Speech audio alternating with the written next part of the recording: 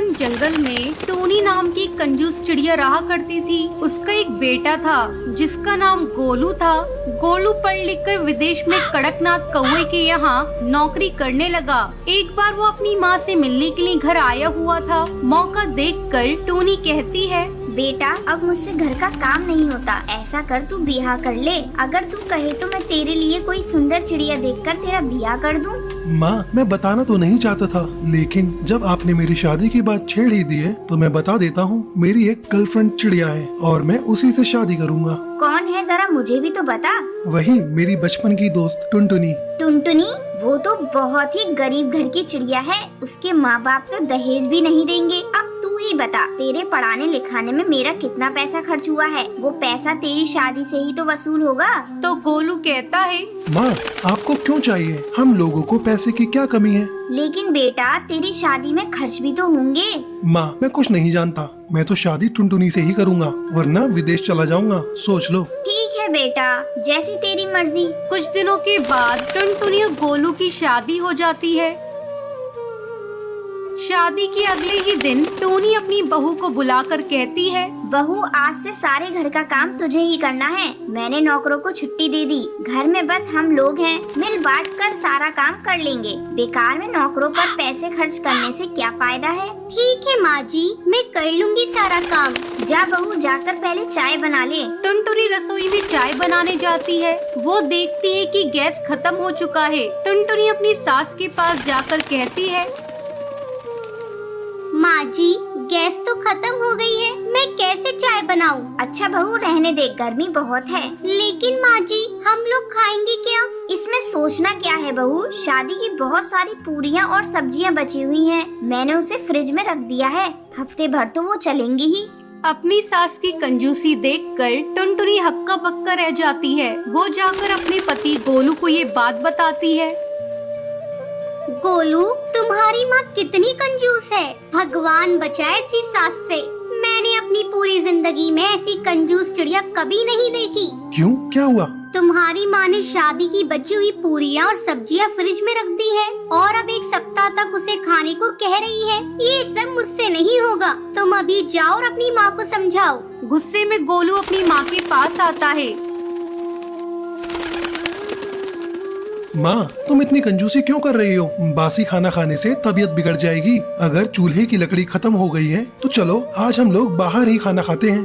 बेटा तू ऐसी बातें क्यों कर रहा है? मैं बहू से जबरदस्ती खाने को थोड़ी ना कह रही हूँ। आखिर अनाज फेंकने से क्या फायदा? मैं तो सिर्फ बहू को समझा रही थी। अगर बहू को नहीं खाना तो तुम लोग जाओ बाहर खा लो, लेकिन मैं तो वही खाना खाऊंगी। टूनी की जिद के आगे सभी को झुकना पड़ता है और सभी वही खाना खाते हैं। बासी खाना खाकर टुनटुनी की तबीयत खराब हो जाती है। उसे उल्टियाँ होने लगती हैं। जब गोलू डॉक्टर को बुलाने के लिए जाने लगता है तब टूनी कहती है, अरे बेटा डॉक्टर को बुलाने की कोई जरूरत नहीं। लगता है बहू माँ बनने वाली है।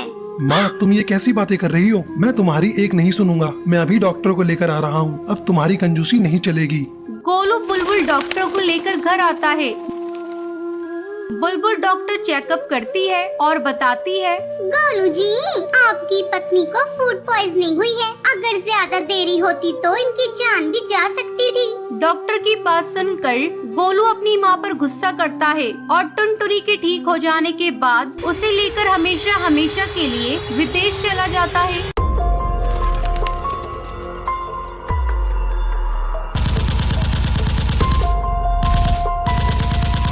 एक घने जंगल में टुनटुनी नाम की भिखारन मंदिर के सामने भीख मांगा करती थी। भगवान के नाम पर कुछ दे दो साहब, आपके बाल बच्चे जीते रहेंगे। इस तरह से टुनटुनी रोज मंदिर के सामने भीख मांगा करती थी। एक दिन जब वो भीख मांग रही थी तब वो देखती है कि एक चिड़ाव तेजी से उड़ता हुआ वहाँ पर आता है और बिना कुछ कहे मंदिर में घुस जाता है। अरे इस नीली चिड़ी को क्या हुआ? लगता है इस पर कोई मुसीबत आई है। तभी एक गुंडा कौआ पंजे में चाकू दबाए टुनटुनी के सामने आता है।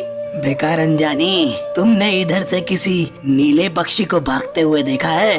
नहीं, मैंने किसी पक्षी को यहाँ से भागते हुए नहीं देखा। देखो मेरे पास हीरे का हार है। तुम उस नीले पक्षी के बारे में मुझे बता दोगी तो मैं ये हार तुम्हें दे दूंगा। टुनटुनी सोचती है, फिर बोलती है, नहीं, मैंने किसी पक्षी को भागते हुए नहीं देखा। वो गुंडा कौवा वहाँ से चला जाता है।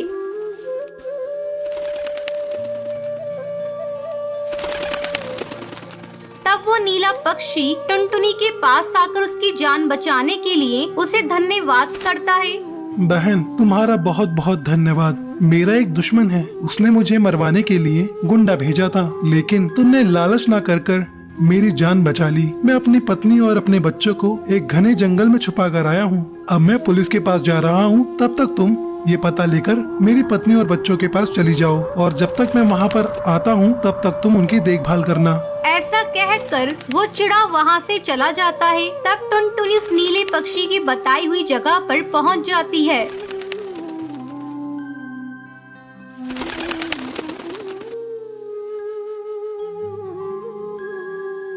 टुनटुनी इस नीले चिड़े की पत्नी से कहती है, मुझे आपके पति ने यहाँ आपके पास भेजा है। मेरे पति कहाँ हैं और वो किस हाल में हैं? बहन, तुम चिंता मत करो, तुम्हारे पति बिल्कुल ठीक है। वो अपने दुश्मन को पकड़ने के लिए पुलिस के पास गए हैं। जब तक वो नहीं आ जाते तब तक मैं आपकी देखभाल करूंगी। बहन, मैं और मेरे बच्चों ने 2 दिनों से कुछ नहीं खाया। हम लोग यहाँ जंगल में छिपे हैं, यहाँ से बाहर भी नहीं निकल सकते।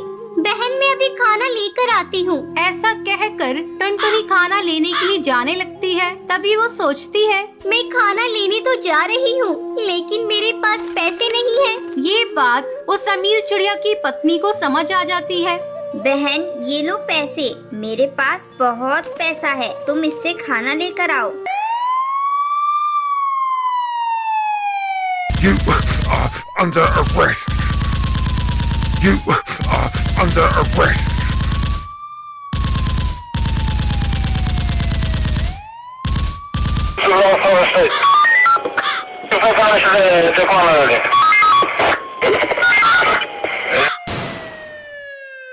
थोड़ी देर बाद टुनटुनी सभी के लिए खाना लेकर आती है। 2 दिनों के बाद वो नीला चिड़ा उस जंगल में आता है। चलो, अब तुम सबको डरने की कोई जरूरत नहीं है, वे सभी गुंडे पकड़े गए हैं। बहन, आपका बहुत बहुत शुक्रिया, आपने मेरी मुसीबत में बहुत साथ दिया है। मैं एक बहुत बड़ा बिजनेसमैन हूँ, इसलिए मेरे दुश्मनों ने मुझे मारने की कोशिश की। ठीक है सेठ जी, मैंने भी कई दिनों से भीख नहीं मांगी है, मैं भीख मांगने जा रही हूँ। अरे, आपको भीख मांगने की अब कोई जरूरत नहीं। ये लीजिए रुपयों से भरा बैग, आप अपना कोई व्यापार शुरू कीजिए और खुशी खुशी अपना जीवन बिताइए। और फिर टुनटुनी उन पैसों से अपना बिजनेस शुरू करती है और धीरे धीरे वो भी एक बहुत बड़ी अमीर चिड़िया बन जाती है। इस तरह टुनटुनी भिखारन से करोड़पति बन जाती है।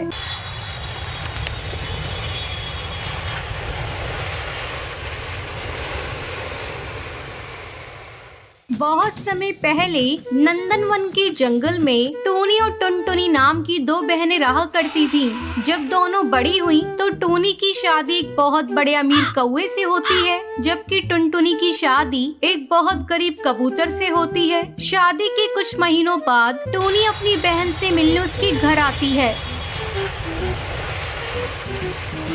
टुनटुनी उसे देखते ही खुश हो जाती है और कहती है,